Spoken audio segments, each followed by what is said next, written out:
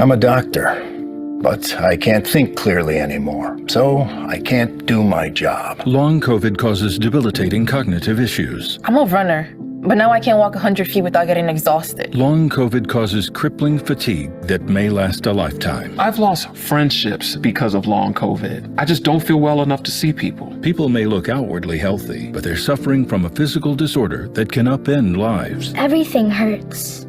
I can't even go out and play. Up to 30% of COVID patients develop long COVID, and right now, there's no cure and little understanding. I can't focus, I can't think straight, I can't keep a job. So for those suffering daily, there's just one urgent question. How long? How long? How long? How long? Until we solve long COVID. The Solve Long COVID initiative is bringing together patients, researchers, doctors, and drug developers to find answers now. To learn more and see how you can help, go to solvelongcovid.org. Good afternoon and welcome. I'm Lisa McIntire Shaw, Vice Chair of Programs at the Global Interdependence Center. We just viewed a public service announcement produced by the Solve Long COVID initiative and are glad to have shared it with this audience. On behalf of the Global Interdependence Center and Solve Long COVID initiative, welcome to today's executive briefing. As a reminder to our guests, this event is being recorded and the replay will be available through the GIC website. Today's executive briefing is a continuation of a program series designed by the Global Interdependence Center and Solve Long COVID initiative entitled Long COVID, Research, Policy, and Economic Impact. Throughout 2022, GIC and Solve has brought and will continue to bring in the future world-class immunologists, medical experts, policymakers, and economists to explore critical insights into defining, diagnosing, optimizing treatments, and healthcare policies for long COVID, while still analyzing its impact on the United States and global labor markets. I would like to personally extend our sincere thank you to David Kotok, longtime friend and supporter of the Global Interdependence Center. In 2021, David and the Solve Long COVID initiative offered a new gift to the Global Interdependence Center for funding, sponsorship, and logistical support for the Long COVID program series. We thank him for his generosity and dedication to researching and understanding post-infection diseases. At this time, I'm pleased to introduce our moderator, Emily Taylor. She is the Vice President of Advocacy and Engagement at Solve ME. Welcome, Emily. Thank you so much, Lisa, for that kind introduction, and thank you so much to David Kotok and the GIC team for bringing us to our very last installment of this series, Long COVID and Technology. I'm so pleased to welcome our panelist, Dr. Miguel Antonatos, physician and founder at Text2MD, Dr. Harry Leeming, founder of CEO and of Visible, Andrew Rosenberg, the founder and CEO of Responsum Health, and welcoming back Dr. Amy Proal, a microbiologist and research team coordinator at the PolyBio Research Foundation. Those of you may recognize Amy and our Dr. Proal from our earlier, our first panel together, specifically on the state of the research of long COVID. So I'd like to invite Dr. Proal to come back with us for a quick 10-minute update to see what has changed in the past year and what have we learned in the area of long COVID that we didn't know a year ago. Just a reminder, Dr. Proal is a microbiologist who studies the molecular mechanisms by which bacterial, fungal, and viral pathogens dysregulate human gene expression, immunity, and metabolism. She is a member of a research team at Autoimmunity Research Foundation and has authored papers, written book chapters for many organizations in the Autoimmunity Network. She's also lectured at the NIH and included as a graduate from Georgetown University with a degree in biology and a Ph.D. in microbiology from Murdoch University in Australia. Dr. Proal, thank you once again for joining us. So excited to hear your presentation today. Great. Thank you so much, Emily. And thank you to everyone who makes this series possible. It's been great. So to update people, I'm speaking for 10 minutes. And one good thing is that it would be impossible to encapsulate any kind of updates on long COVID in just 10 minutes because there have been many. So what I'm going to do is I'll share slides and just highlight the topic that our long COVID research team, I'm at PolyBio Research Foundation now, and we have started what we're calling the Long COVID Research Consortium. And what I'm going to describe is how our consortium studying long COVID has honed in on one particular area of interest in long COVID that relates to several others. So let me go ahead, share my screen.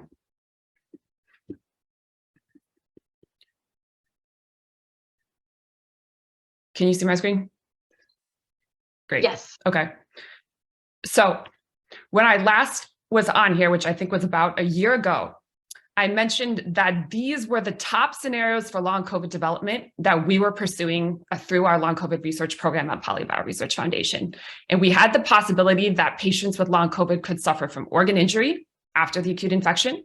They could also potentially not fully clear the SARS-CoV-2 virus. In other words, a small amount of virus might clear from the blood or might no longer be able to be tested easily via conventional nasal swab testing, but might still persist in tissue or other areas or body sites of the patient. And that we also refer to as viral reservoir, a low level of virus. Other topics that we had mentioned as definitely impacting the long COVID disease process and requiring further study were reactivation of other persistent pathogens in patients with long COVID, for example, the herpes viruses, imbalance of the host microbiome, the ecosystems of organisms in and on us, especially in our guts and our mouths, also coagulation or clotting issues, autoantibody production that can get into autoimmune phenomena in patients with long COVID, but often via mimicry between pathogen proteins and host receptors and structures. And finally, disruption of signaling via the vagus nerve and brainstem. Now, with just 10 minutes, I want to hone in on topic number 2, which is the possible persistence of the virus in patients with long COVID, because that is the topic that our research teams are most studying in concert with the other topics I've just mentioned via a new consortium that we've started over the past year. I want to emphasize, as I did with my last presentation, that when you're looking for persistent virus, RNA, antigen, protein from any pathogen, SARS-CoV-2 or otherwise, it's very important to move beyond just studies of blood in patients and also collect, to the greatest extent possible, tissue samples that contain nerve from patients with the diagnosis. And that's because over time, as a general rule, persistent pathogens tend to clear from the blood. It's not a smart place to be. It's where the immune response can often be most robust. And in simple terms, they move into tissue or nerves where they can better hide.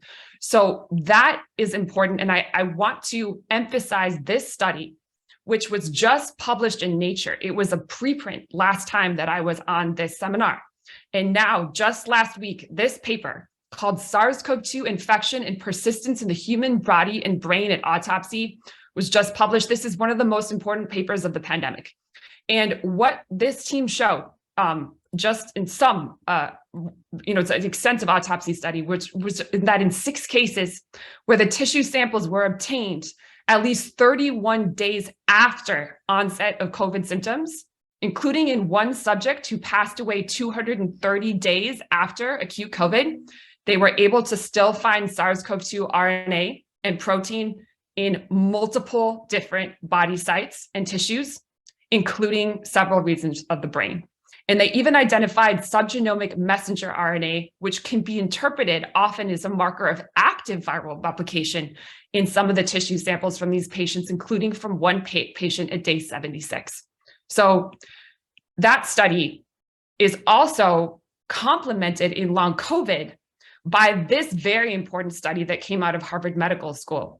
This is David Walt, and what his team did was use, and this really hones in on how important technology is in the way we're studying long COVID, because what he did is his team used a very sensitive assay, Simoa, that is much more sensitive, orders of magnitude more sensitive in detecting proteins created by the SARS-CoV-2 virus than many of the other conventional testing methods. And because of that innovative technology that his team developed, they identified in long COVID blood persistent circulating spike protein in up to 60% of the long COVID patients in the study. And this study needs to be replicated in other cohorts of long COVID patients. The methods could also be replicated, but it's a very interesting study because that's a high number of patients, again, with SARS-CoV-2 protein in the blood at least via when this technology is used. And what's important to think about there is I mentioned before that we think, and the autopsy studies suggest that the virus itself, the backbone, the RNA backbone of the virus, is likely in tissue. But what this study demonstrates, and this is a hypothesis that research teams, including our consortium, is pursuing, is that perhaps the protein, for example, the spike protein, can bud off the virus when it's in tissue and itself get into the blood, possibly in a little vesicle, maybe an exosome, because it would have to be protected by a membrane. So what may be possible when we're looking to study this topic of SARS-CoV-2 persistence in patients with long COVID is that even if the virus is in tissue, we might be able to measure the protein created by the virus in blood and use that to infer the possible persistence of the virus in sites that we can't get to in that particular study. And this could potentially be a biomarker for long COVID, circulating spike. And I think that the topic overall of SARS-CoV-2 persistence in patients with long COVID, and just generally that people may not be fully clearing the SARS-CoV-2 virus after acute infection. In other words, when you get infected with SARS-CoV-2, we have the worry that people may pass away from the acute infection, and that's a big problem. But what we're looking at here is also the second biggest public health concern for the SARS-CoV-2 virus, which is that if it does not fully clear from patients, that may be a central underlying driver of long COVID and a perpetuator of chronic problems in a great number of people who might harbor the virus. Again, this is what we're trying to study. This study is concerning. This is a team that found SARS-CoV-2 RNA, an antigen in the stool of 11 of 14 newborn mothers who had COVID that resolved 10 or more weeks before they gave birth, suggesting in utero transmission, in the womb transmission of the virus, an intestinal SARS-CoV-2 reservoir of the virus in the newborn babies. So when we're talking about the economic impact of long COVID and SARS-CoV-2 and this pandemic in general, we definitely need to consider that if we don't address the topic of SARS-CoV-2 persistence, we're looking at generations of people who will be potentially impacted. So also, I want to quickly state that the spike protein, potentially not fully clearing from patients with long COVID, is tied to the microclots that many people have now understood are another line of top research in long COVID. This team at South Africa, Ricia Pretorius and Doug Kell, have shown fibrin amyloid microclots, little deposits of fibrin and amyloid in the blood of patients with long COVID. You can see some of them on this slide in a way. And what they've shown, this was a study that they did, is that if they take the S1 protein from SARS-CoV-2 and basically drop it into blood, these clots form. So the topic of SARS-CoV-2 persistence unifies to a point some of the other things we see in the disease, because, for example, if people don't fully clear the virus, then they don't clear spike, and spike appears, and we need more research on this to be able to see the fibrin amyloid microclots that are also being increasingly identified in patients with long COVID.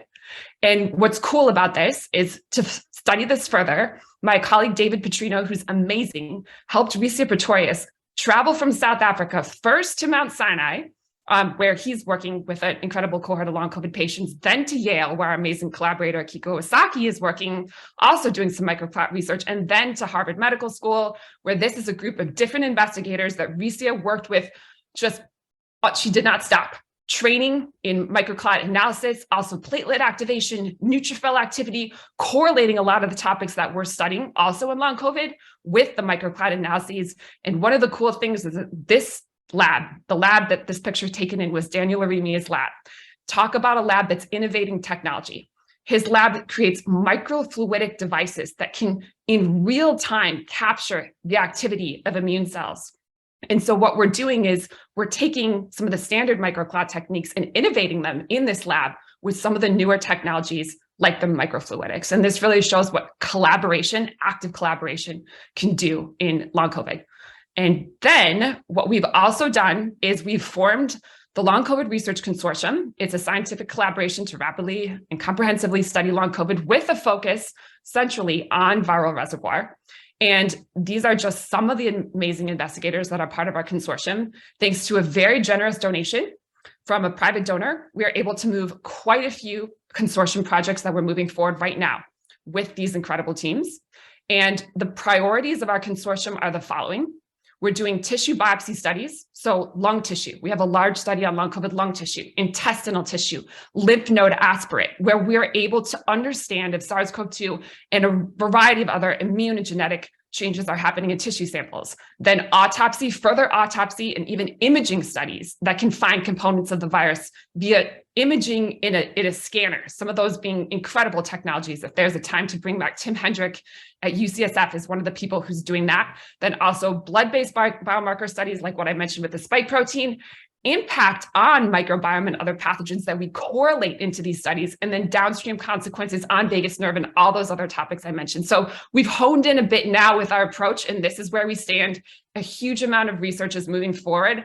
And really what brings our consortium together is that most of the projects push the boundaries of how cutting edge technologies can be used in the study of chronic disease. And our goal is to use these technologies, begin in long COVID, and then even iterate them into cancer, other diseases, ME/CFS for sure, and even the aging process. There's a lot of iteration that can happen. So that's where we stand now. With that, I will unshare my screen. Thank you, Dr. Proal. Wow, what a fascinating update since we were last together about how these technologies and these, especially the viral reservoir theory, have moved forward with more evidence and more understanding. Thank you so much. With that, I'm excited to bring the rest of our panel into the conversation. First, I'd like to introduce Harry Leeming, the founder and CEO of Visible, an activity tracking platform for long COVID and ME/CFS. Harry has lived experience of long COVID and previously worked as an early stage technology startups and a Formula One engineer. While first and foremost, Visible is building an activity tracking platform for illness, what's really driving the Visible team is the need to increase our collective understanding of invisible illness. So thank you, Harry. Welcome, and so happy to have you. Next, we have Dr. Miguel Antonatos, who completed his medical school at the Universidad Autónoma de Guadalajara in Guadalajara, Mexico, and completed his residency at Morristown Memorial Hospital in Morristown, New Jersey, an affiliate of the Mount Sinai and ECAN School at Mount Sinai in New York City. He is a board-certified internal medicine physician with more than 13 years of experience in hospital medicine, and most importantly, the physician founder of the telemedicine company Text2MD, currently serving in 32 states that have been actively involved in helping COVID-19 patients throughout the pandemic through telemedicine services. And last, but definitely not least, we have Andrew Rosenberg, a highly respected health policy expert and innovator, having founded Responsum Health, a groundbreaking patient-focused IT startup, and co-founded Thorn Run Partners, a leading Washington, D.C.-based government relations firm.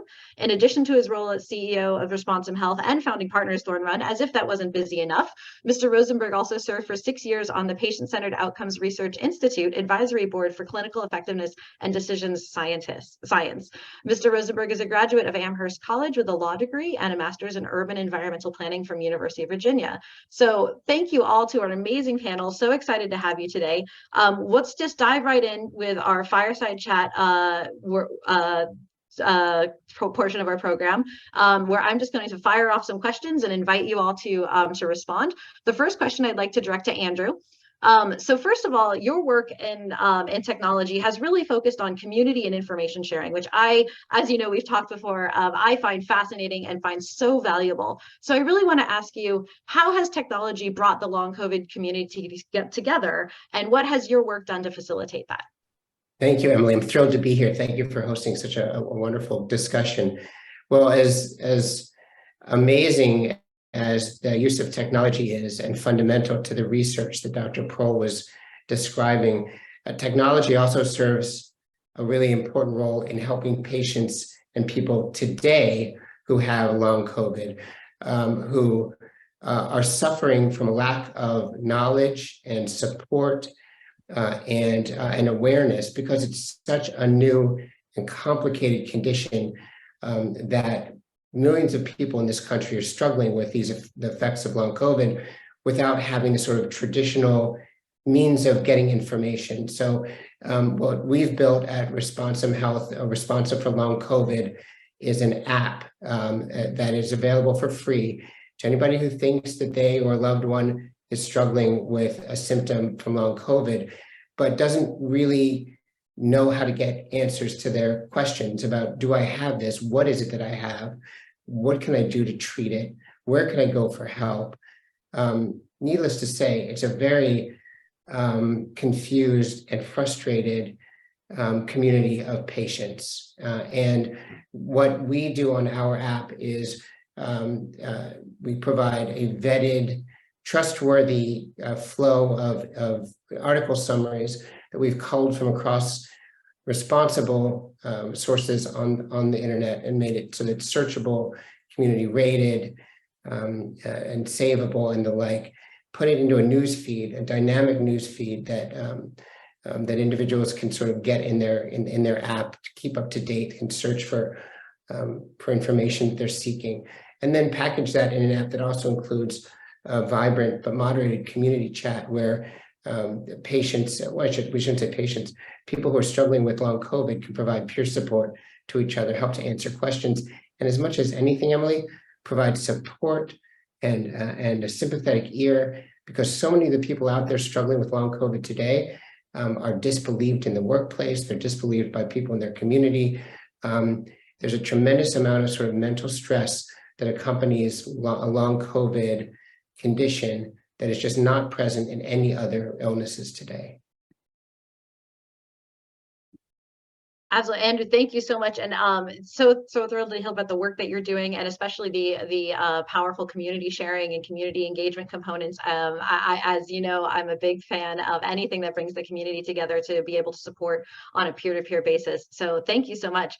Next, I'd like to transition to Dr. Antonatos, who has been working in healthcare delivery using technology through telemedicine to actually change how healthcare is delivered at the patient level.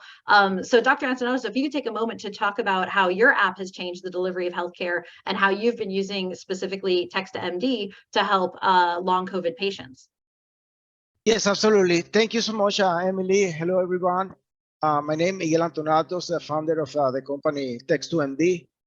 So as Emily mentioned, we provide telemedicine services via text messaging.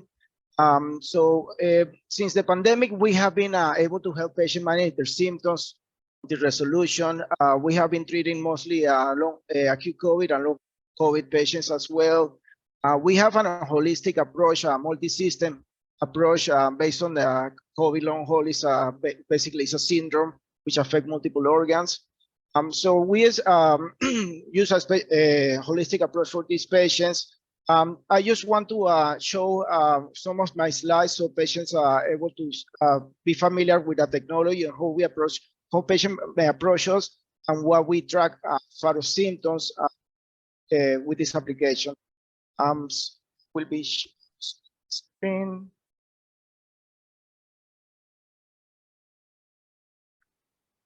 So this is text on the app. So this is a big problem.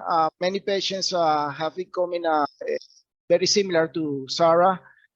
She had a mild COVID infection in 2021. She developed symptoms consistent with chronic fatigue, brain fog symptoms. She had been going to her primary care doctor initially for these symptoms. Most of their blood work, laboratory, and imaging has been normal. She has a very busy lifestyle. She's unsure of what insurance can cover. There is a lot of shortage of providers and anticipated predicted shortage of providers over the years. So she has been having issues trying to find out a solution for her problems. Going to the doctor can be difficult and expensive sometimes, and there is a risk of infection within the look for. So the solution we brought up is a simple mobile app. Patients can text us, and also we offer video consultation for patients which share this modality.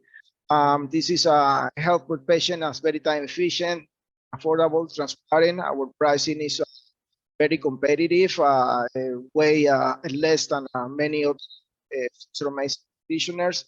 There's no risk for infection. It can be done anywhere, any location. The text feature is able to patient communicate with doctors. Any environment. It can be a noisy place. They can be traveling. They can be anywhere. This is just a chat communication, and that's what we initiate the consultation with the patients.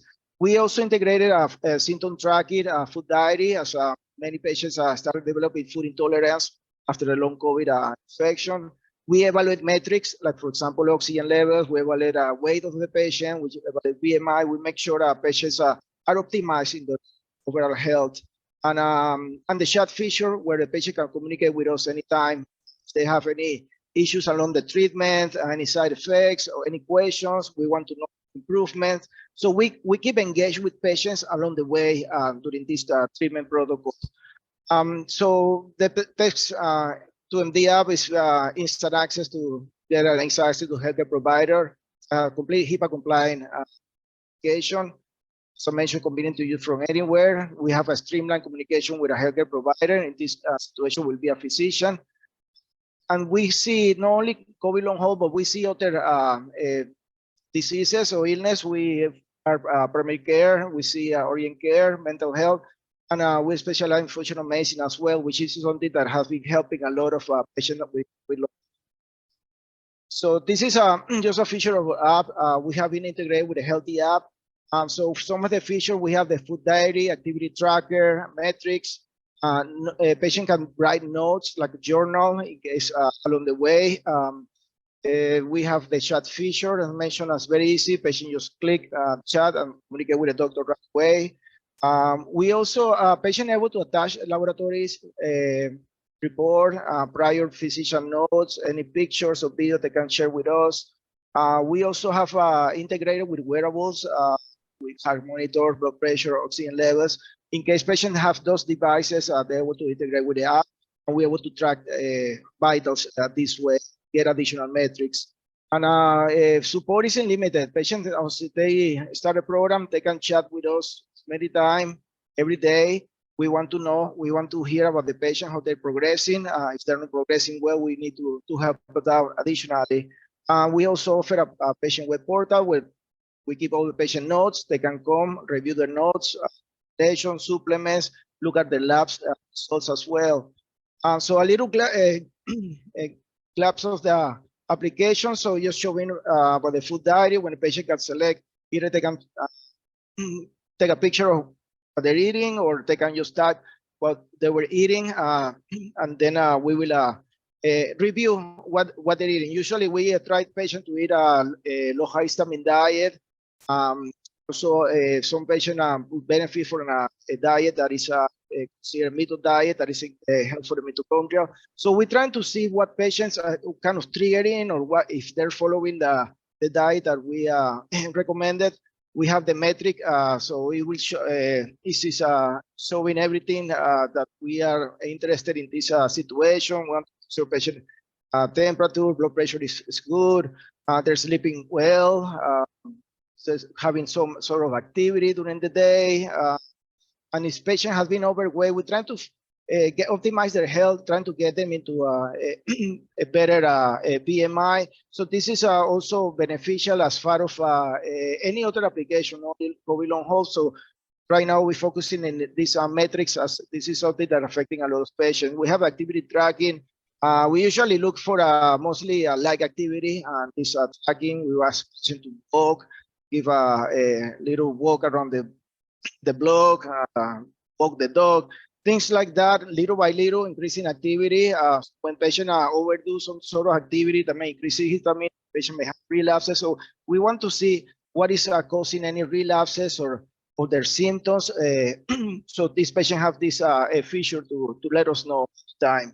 As well, as I mentioned, the symptom tracker, as we have seen as far as COVID long haul, have at least 200 symptoms that we have been seeing a patient reported, but various kind of symptoms. So we have this easier for patient to click any day if they're having any symptoms. They can type a comment as well. We have the journal diary, let us know how they're feeling. anything they want to comment to the doctor, we will see that communication, and we can integrate with several devices as well. This patient is able to integrate, have one of these devices able to integrate very easily. So just to explain a little bit about patient experience with Text2ND. So patient usually reaches out to a website, it's text2nd.com. They communicate usually with text messaging, and we offer a continuous text messaging or video call.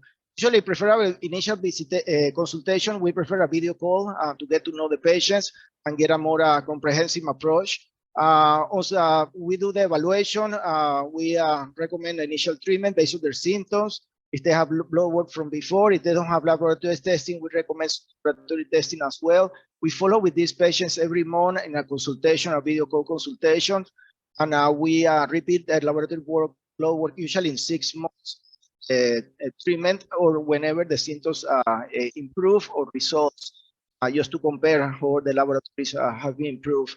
In the future, we're going to be offering health coaching as well, app integration.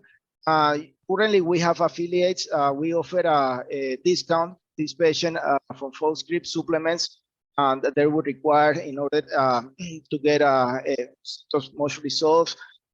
We also offer online pharmacies. We are affiliated with our online pharmacies with all the 50 states.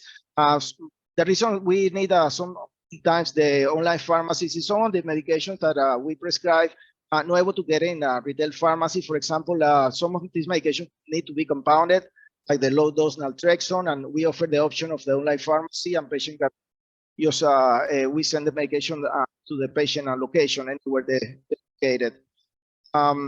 So this is part of the blood work. We recommend initial evaluation for the patient. Most of the patients come with a basic laboratory blood work. They come with a CBC, chemistry, with a liver function panel. Sometimes they come with a CRP and a thyroid test. However, we recommend patients to get a more comprehensive blood work depending on their symptoms, depending on their presentation.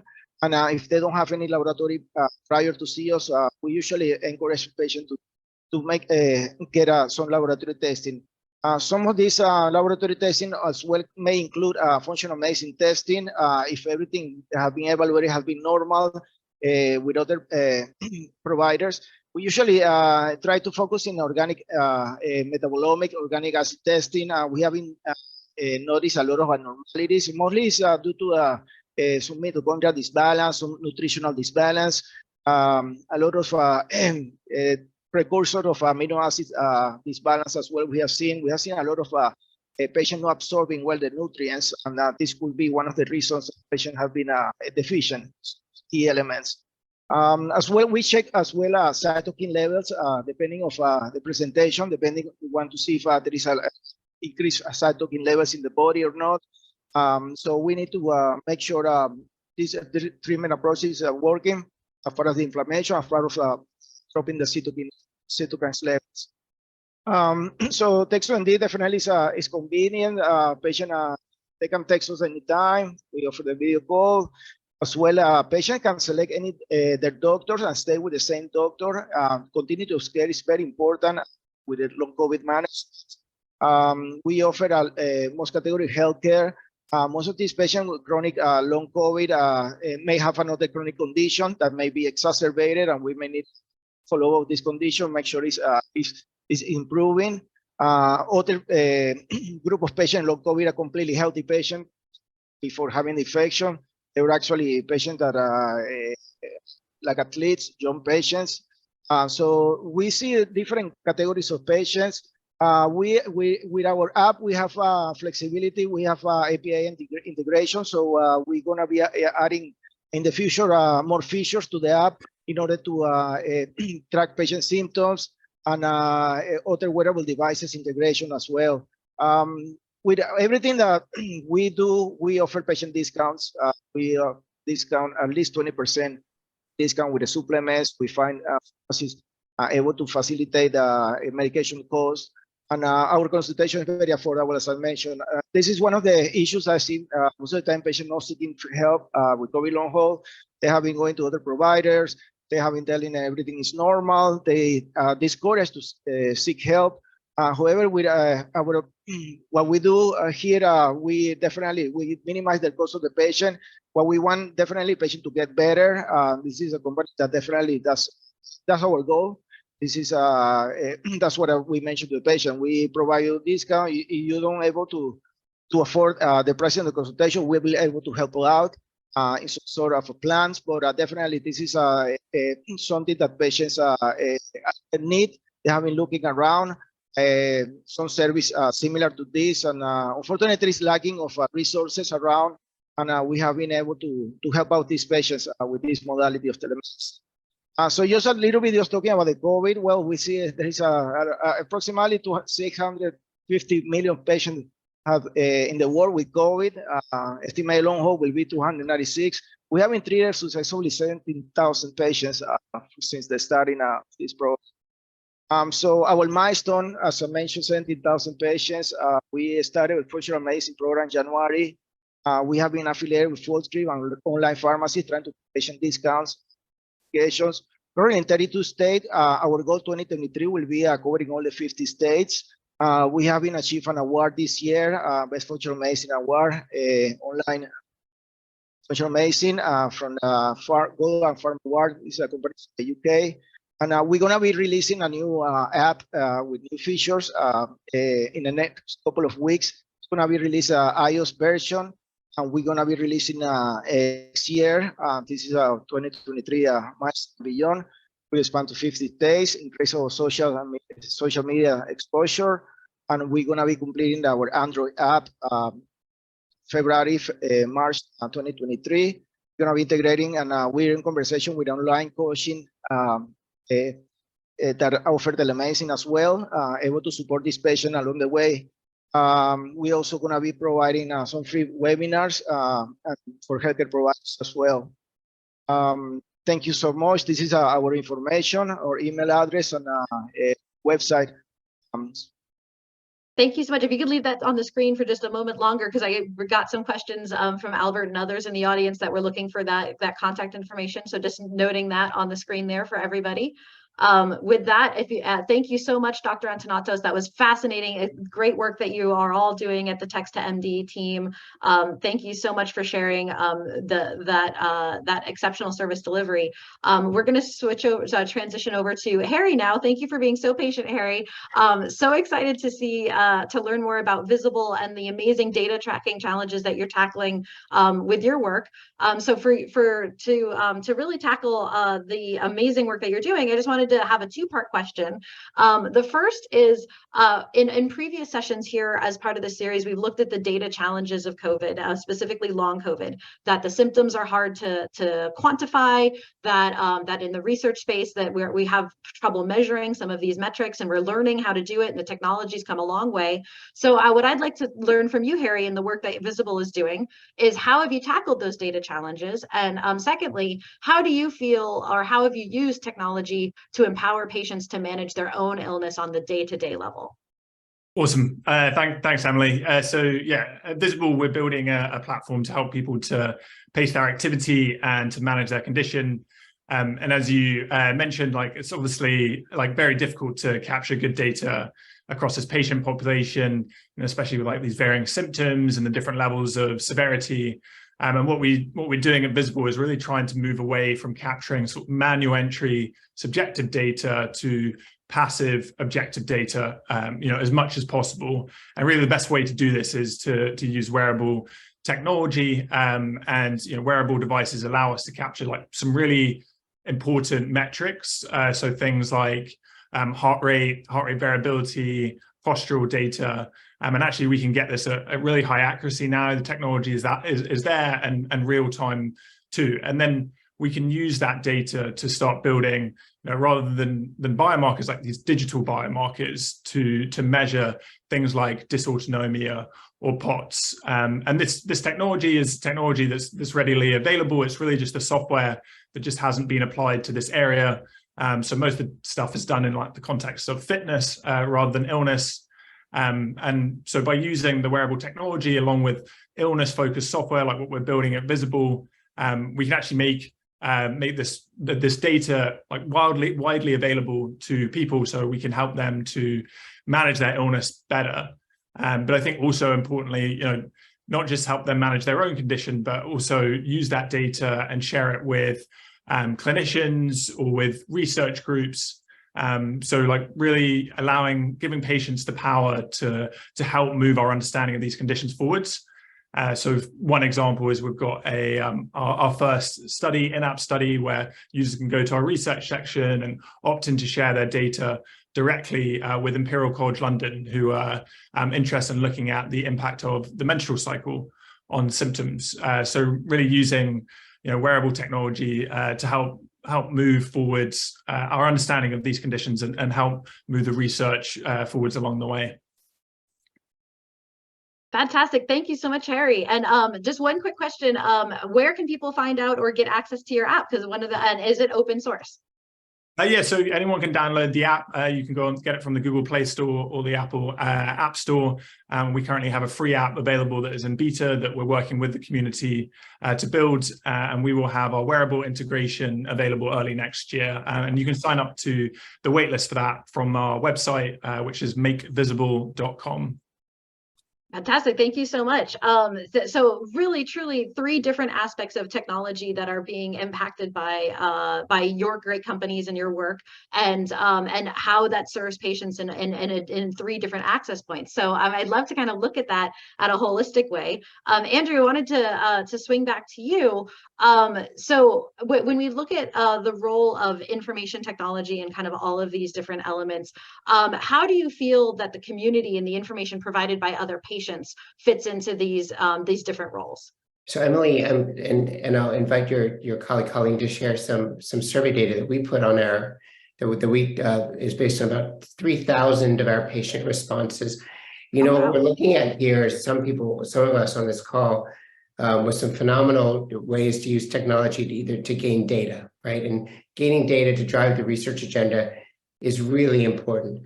But my experience has been that if you just sort of reach out to patients and you say, hey, give me your data, they'll be like, actually, I would, but there are like 14 other things I really need to do that are more important to me today because I'm struggling with a really tough illness.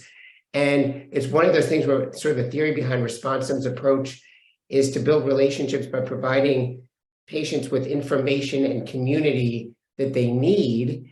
It's a free app. It's really engaging. The idea is that they're using it multiple times a month to get information that they need to share support and benefit from support that they need to be shared. And then we can go and passively learn from them in a different way in some regards of what Harry's doing. The wearables is a phenomenal tool, and it's absolutely a direction we may go at some point. But right now, what we're able to track is things like, what are people talking about, asking about in their chats? What articles are they searching? Are they reading?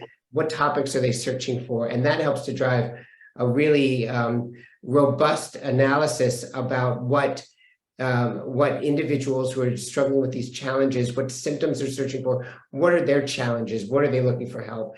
And what I've thrown up, and so that's very important in terms of the data that we collect. But the flip side and kind of the mission of Responsum at its forefront is to support people who today have that condition in a way that helps them better understand, get their brains around, get their bodies around their challenge, and to better understand. So one of the things that we've done here is to ask 5 questions of individuals who both download the app and then 3 to 4 weeks later. And the questions ask things like, how confident do you feel about your general understanding of living with long COVID? How confident do you feel about knowing your treatment options? How confident are you that the information that you have access to allows you to make the right healthcare decisions? How confident are you in your ability to ask the right questions when you get a couple minutes with your doctor? And then finally, how confident do you feel about how mentally prepared you are to deal with the challenges of long COVID? And with each of these, and I won't go through the results, but I'd love you to post them to this webinar. We see remarkable improvements, often doubling or tripling the number of individuals who in just 3 or 4 weeks of having access to information in this format, to go from saying whether I'm absolutely, I don't feel like I have any confidence at all. I don't know where to go for questions. I don't know what my options are, to swing wildly in just 3 to 4 weeks of getting provided information in a way that's understandable, that's usable, that's sticky, right? That they want, that appears in their inbox, it appears on their app. And so for us, a lot of our mission is to help individuals through technology who today have questions that they need answered. And until they get those questions answered, they're just not sleeping very well at night. And they don't know how to go about their day. So that's sort of our use of technology, Emily, in trying to support the lives of people with long COVID. That is fantastic, and as you know, we've worked on those partner articles before, and they are so helpful. We've heard from our patient community how valuable they can be. To see the raw data on how that's really improving lives is so fantastic. Thank you for sharing that. I'd like to bring one last question in for all the panelists, and then we'll switch into a couple of the audience questions. So looking at kind of how has the research field reacted to these long COVID technologies? We've heard 3 great examples from different apps that empower the community, like Responsum, that facilitate data collection, like Visible, and that streamline medical care, like Text to MD. But how can these technologies accelerate long COVID research, or are they changing the way we look at healthcare more generally because of the technologies that long COVID has brought to bear?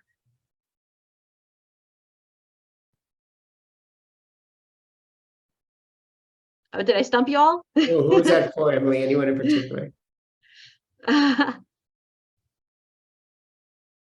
I can jump in on that. So I think that as scientists studying long COVID, the more data that we have, concrete data on patient clinical symptoms or markers, or that we can correlate with other findings from our research, it's really important. So what we do now is we actually use artificial intelligence approaches that can correlate a huge number of different biomarkers or measured data points in analysis. And so what we can do is, if we get good data on, for example, what some of these apps are collecting, sometimes via wearables is really an interesting possibility.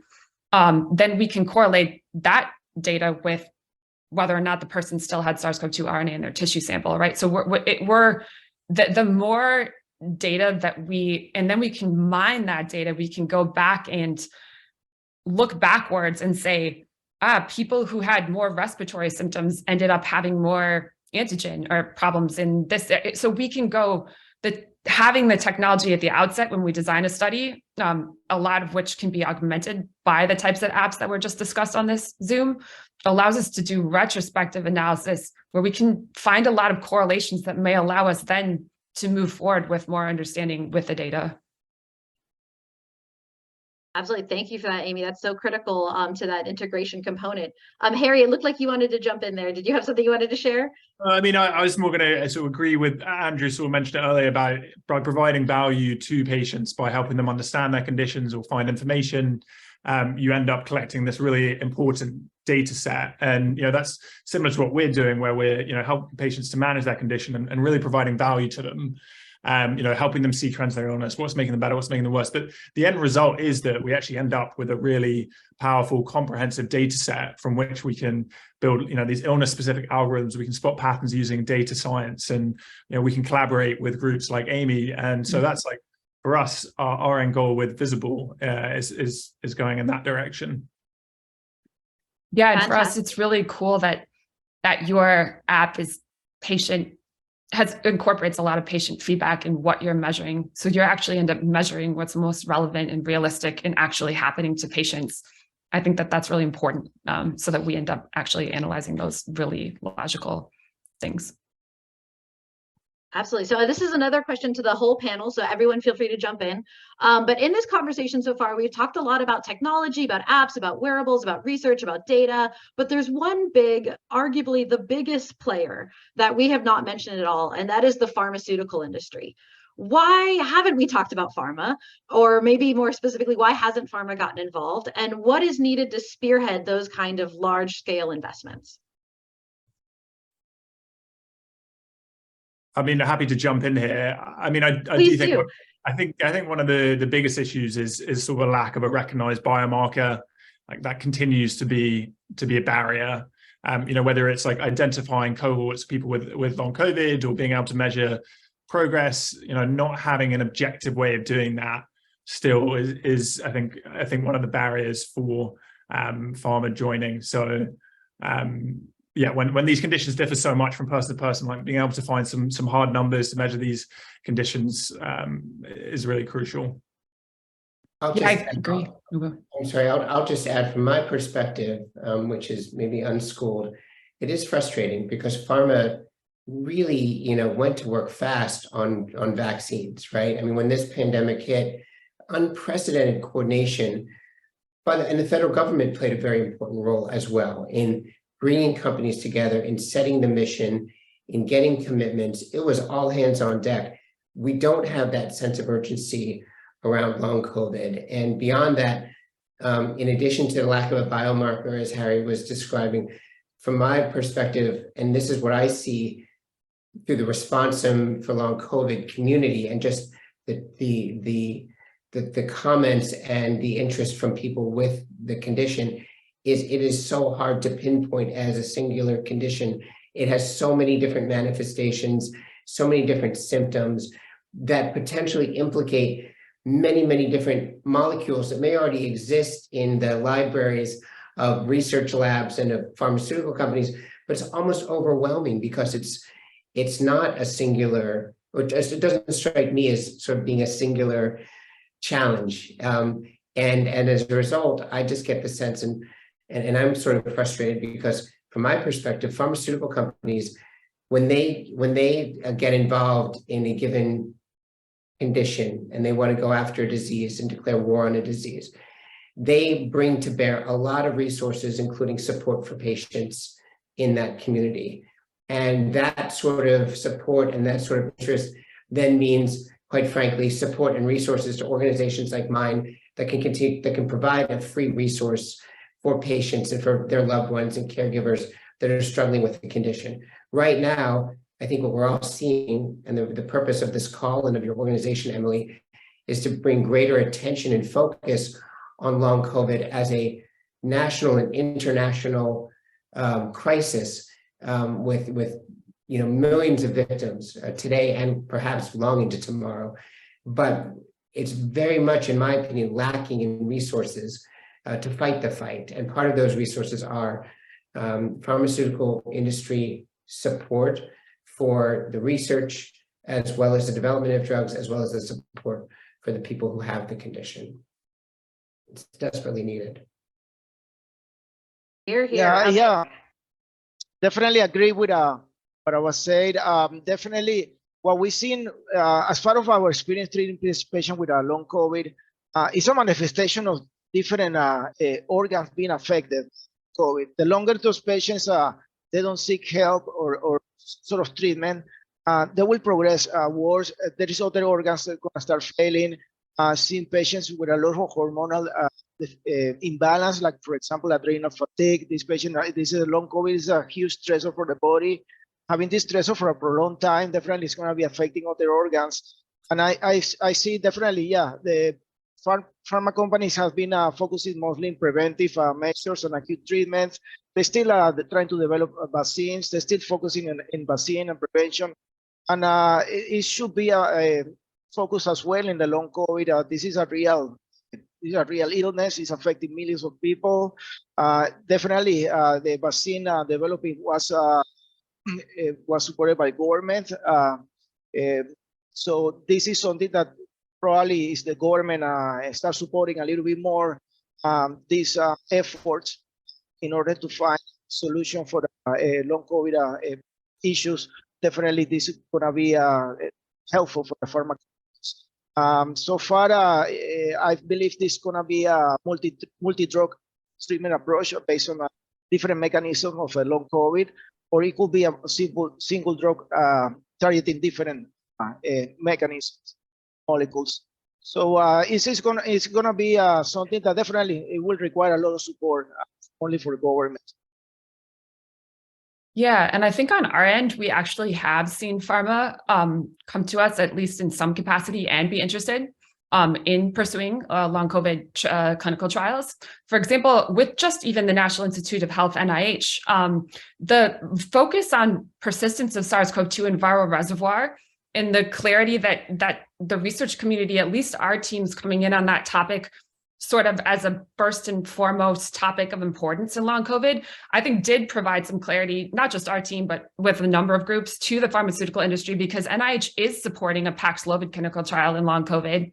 And I do believe that David Walt with the spike protein study with that very innovative Samoa method for identifying spike is involved in that study. And my guess, I don't know enough about it, is that it comes down to what Harry says, is that on the pharmaceutical industry side, the more that they can measure something concrete. So in other words, you can measure in a clinical trial before and after the intervention, you can measure symptoms. And that's one way that you can ascertain improvement. But if you can measure, for example, spike protein before let's say an antiviral like Paxlovid is given, and then afterwards, that's a much more concrete measurement, really. So the more studies that come in, this is why research is so important. We have to fast track the research, because that allows more biomarkers that can be used in the clinical trials to be identified. That gives the pharmaceutical industry confidence to come in on those fronts. And I think that the only thing we need to also consider, though, for example, when a Paxlovid clinical trial is run, is that I agree with Miguel that likely eventually treatments for long COVID will, like HIV, for example, end up being cocktails of different drugs in different patients in personalized approaches. There's unlikely to be one drug that simply works for everyone with long COVID. So we're going to need to understand how, even when one therapeutic is trialed, how it can be best combined with others. And so we're already beginning from a research angle to look at that. One of our amazing researchers from University of Pennsylvania, that's part of our consortium, is already using organoid models, so tissue models of lung tissue, intestinal tissue, blood vessel tissue, infecting them with SARS-CoV-2, and then using different therapeutics on them in the labs in combination to already be able to study in that capacity the way that different drugs may be able to be positioned to clinical trials. And when that data is hopefully published, again, this keeps bringing the pharmaceutical industry in with the confidence needed to come in and actually do the trial. Absolutely fantastic. Thank you for those points. And what a key message to take away for pharma. So we have 5 minutes left. So just really quickly, just 1 minute each, if we go quickly around. This is our last session of the year and of this program, and I wanted to end on a hopeful note. So I wanted to ask each of you, as you look forward at the future of long COVID, what gives you hope? Whether it's technology, whether it's healthcare, whether it's the scientific progress, what gives you hope about the treatment for long COVID in the future? And what makes you think we can solve this? Andrew, is it okay if I pick on you first? Sure. Well, although I'm going to say that Dr. Proal gave me the most hope today, hearing about the tremendous.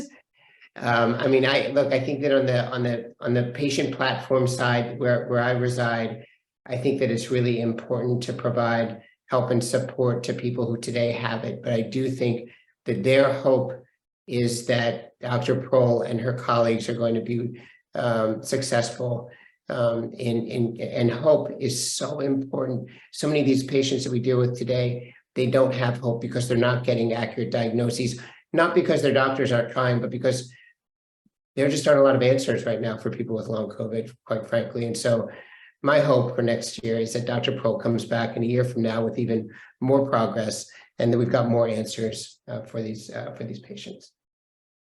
I love it. I love it. Dr. Antonatos. Yeah, absolutely. So definitely we see progress in long COVID. Definitely when we started, we were unclear what was causing symptoms. I mean, we have more research. There's evolving treatment options as well. There is more groups, supportive groups for patients with long COVID. Definitely, so that we're in the right track and the right direction. However, I would like this to be a little bit more speed up with major support for next year. However, definitely I see support, I see more groups forming, and more physicians as well trying to understand how long COVID affect their patients, able to try to find out a way to help them as well. So definitely we've seen this has been definitely getting much better than it was before. Most of the healthcare practitioners were very unclear what was causing this mechanism. We have theories now, we have research now, and we keep adding more research every time. So this is something that I'm very optimistic that we're gonna be able to have more support next year, and definitely way more research. I appreciate all the panelists as well, and here they're doing fantastic work as well, and we are all together on this, and we're together for our patients. Couldn't agree more. Harry, would you like to share? Yeah, I mean, I think like Amy, we've also seen this early interest from pharma, and so I do hold out hope there, and I know that things are moving in the background, even if it's not always that publicly known.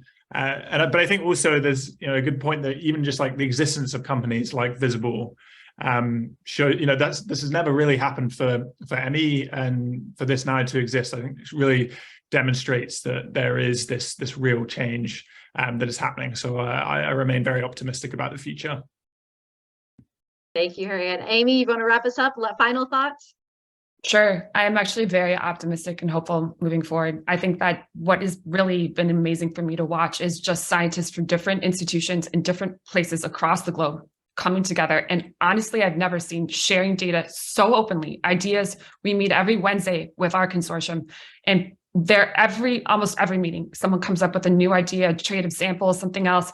It's that kind of understanding. The researchers at least understand that this is an emergency. Everyone is sharing and innovating together. And I think that that energy matters. And I think that that is what gives me most hope, is the true collaboration of the investigators who are moving work on this forward. Beautifully said. Absolutely love it. I couldn't agree more. Thank you so much, Dr. Antonatos, Dr. Proal, Harry, Andrew. Thank you for a fascinating discussion and for spending time with our Global Interdependence Center and Solve ME communities today. What a wonderful finale to our series on long COVID research, policy, and economic impact. Before we close, just a reminder that a replay of today's executive briefing will be available on the GIC website tomorrow, also available on the Solve ME YouTube channels. I'd like to take a moment to once again thank David Kotok for his generous gift in funding and supporting this long COVID program series throughout the entire year. If you'd like to see more episodes or more or past events, please go to the GIC website. We can also show a summary of the in-person conference in May. I also want to spend a special thanks to our program sponsor, Responsum, for long COVID, a supporter of this ongoing series. And as we conclude, we encourage you to take 30 seconds to respond to our audience survey. Your feedback is so important to us, letting us know how we can improve. And lastly, have a wonderful holiday break. I hope you all have wonderful times with your families and friends and get the rest and recovery you so rightly deserve.